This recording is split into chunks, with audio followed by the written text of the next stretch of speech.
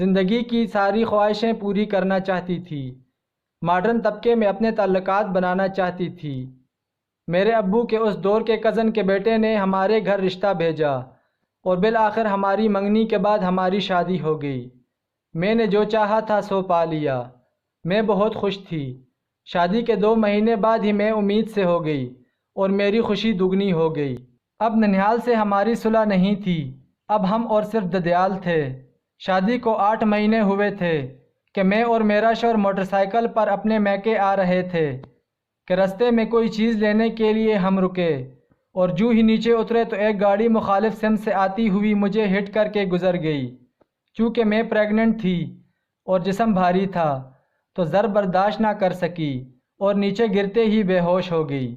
میرے شوہر کافی پریشان ہو گئے اور مجھے فوری ہسپتال پہنچایا گیا، اور جیسے ہی مجھے ہوش آیا تو ایک دل دہلا دینے والی خبر میری منتظر تھی۔ خبر یہ تھی کہ میرا بچہ مر چکا ہے اور میں اپاہج ہو چکی ہوں۔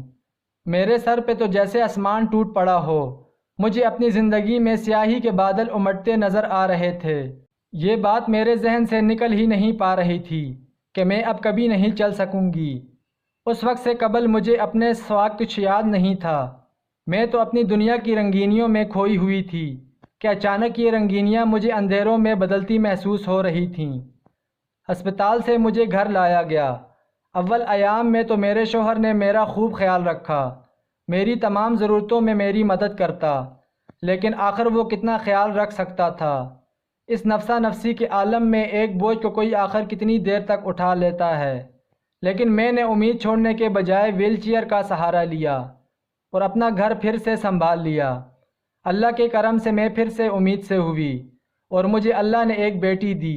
میں سمجھتی تھی کہ میری اب بیٹی ہو گئی ہے، میں اب بے سہارا نہیں، لیکن میں بھول چکی تھی کہ میں کتنے دل دکھا کے یہاں آئی تھی۔ مکافات عمل کا ڈنڈا مجھ پہ برسنے والا تھا۔ میرے شوہر کا میرے ساتھ رویہ آہستہ آہستہ بدل گیا۔ ایک محبت کرنے والا انسان بدلنا شروع کر دے تو تکلیف تو بہت ہوتی ہے، اور شاید یہ تکلیف سب تکلیفوں پہ بھاری ہوتی ہے۔ یہ اذیت ایک تندرست کو اپاہج بنا دیتی ہے۔ میں تو پہلے ہی اپاہج تھی۔ میں صبر کرتی رہی، لیکن میرا صبر بہت بھاری ہو گیا۔ میں روتی رہی، کرلاتی رہی، لیکن میرے شوہر نے دوسری شادی کر لی۔ لیکن مجھ پہ ایک احسان کیا کہ میری سوتن کو مجھ سے الگ رکھا۔ میری بیٹی سے تو محبت کرتا، لیکن اب مجھ سے نہیں کرتا تھا۔ مجھے اللہ نے ایک بار پھر رحمت سے نوازا، لیکن میرے شوہر کو میری سوتن سے رحمت مل گئی تو رحمت اسے بھاری لگنے لگی۔ اس نے مجھے میکے بھیج دیا، اور یوں میرے اندر پنپتے دکھ اب زخموں کی صورت میں باہر نکل رہے تھے، اور یہ زخم آہستہ آہستہ ناسور بنتے جا رہے تھے۔ میرا پورا جسم زخموں کی زد میں آ چکا تھا، جس سے بدبودار پیپ نکلتی تھی۔ کوئی مجھے سنبھال نہیں سکتا تھا۔ میرے اپنے بچے مجھ سے کراہٹ محسوس کرتے تھے۔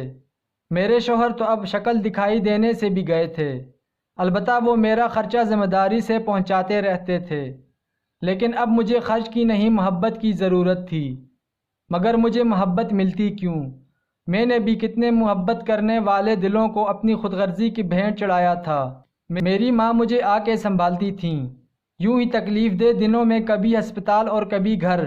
ڈاکٹر کہہ چکے تھے کہ میں اب مزید سروائیو نہیں کر سکتی۔ میرا خوبصورت جسم اب بدصورت ہو گیا اور چہرے کی رنگت سیاہ ہو چکی۔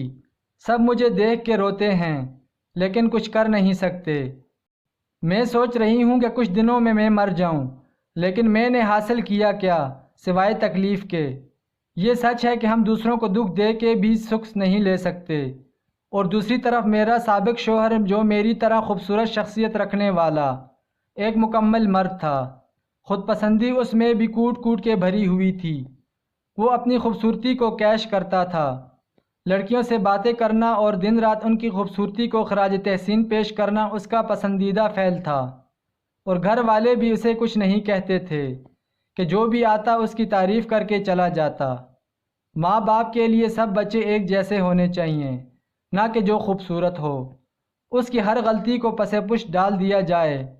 اس بات کا فائدہ اٹھاتے ہوئے اس نے ہر وہ کام کیا جو کہ ایک برا فعل ہے۔ رشتوں کی تقدس کو اس نے پامال کیا، لیکن کیا زندگی کی رنگینیوں میں کھو کر ہم اپنا اصل بھول جاتے ہیں؟ کہ یہی ابد ہے۔ میرے چونکہ ماموں کا بیٹا تھا تو ہر خبر ہم تک پہنچتی رہتی تھی۔ وقت گزرتا گیا، ایک لڑکی بھی اس کی بیوی نہ بن سکی جس سے اس سے محبت کے وعدے کیے تھے۔ ایک انجان لڑکی اس کی بیوی بن کر اس کی زندگی میں شامل ہوئی، لیکن شادی ہوتے ہی وہ سب بری عادات چھوڑ چکا تھا یا نہیں، یہ اللہ بہتر جانتا ہے، لیکن وہ اپنی بیوی کے ساتھ بہت اچھا تھا۔ اللہ پاک نے اسے ایک بیٹی عطا فرمائی جو بالکل اس کا عکس تھی، ویسا ہی چہرہ، ویسا ہی رنگ و روپ، جو اسے ایک دفعہ دیکھتا دیکھتا ہی رہ جاتا۔ وقت گزرتا گیا، سب اچھا تھا۔ اللہ پاک نے 3 سال کے بعد ایک اور بیٹی سے نوازا۔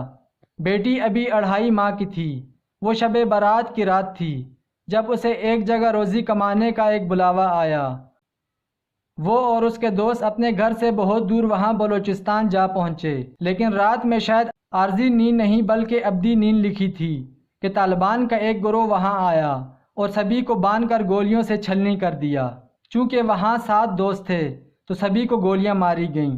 اب ان کی خبر کون پہنچاتا، لیکن اللہ کی قدرت کہ ایک شخص 5 گولیاں کھانے کے باوجود بھی بچ گیا اور زخمی حالت میں اس نے خبر گھروں تک پہنچائی۔ چونکہ یہ ایک دہشت گردی کا معاملہ تھا تو پولیس اور فوج کی کارروائی میں 3 دن گزر گئے، اور وہ 3 دن کیسے گھر والوں نے گزارے وہ ہی جانتے ہیں۔ ایک ماں کا جوان بیٹا، 2 چھوٹی بیٹیوں کا باپ، آہیں تھیں، چیخیں تھیں، سب تھا، لیکن ایک لمحہ فکریہ نہ تھا کہ زندگی کی صرف رنگینی ہی نہیں، سیاہی بھی ہے۔ چونکہ وہ میرا سابقہ شوہر تھا تو لوگ مجھے کہنے لگے، اچھا ہوا تمہاری خلا ہو گئی، ورنہ تم اب ایک بیوہ ہوتی۔ لیکن انہیں میں بتا نہیں پائی کہ زندگی تو میری بھی ختم ہے، چاہے وہ بیوگی کی ہو یا سہاگن کی۔ خوشیاں تو مجھے بھی راس نہیں۔ دوستو، یہ زندگی ہے، اس نے بھی ایک رنگینی کھو دی۔ اس کے گناہ شاید مجھ سے چھوٹے تھے کہ وہ مکافات سے پہلے ہی مر گیا، اور میں ابھی تک اس چکی میں پستی چلی جا رہی ہوں۔ دوستو، بتائیے گا میں کہاں غلط ہوں اور میرے ماں باپ کہاں غلط ہیں؟ کیا مجھے سزا ملی یا اللہ کی طرف سے آزمائش ہے؟ جب یہ کہانی سنی یا پڑھی جائے گی میں تب زندہ نہیں ہوں گی، بس تب میرے لیے مغفرت کی دعا کر دیجئے گا۔ ایک بد نصیب ماں، بہن، بیٹی کی آپ سے درخواست ہے۔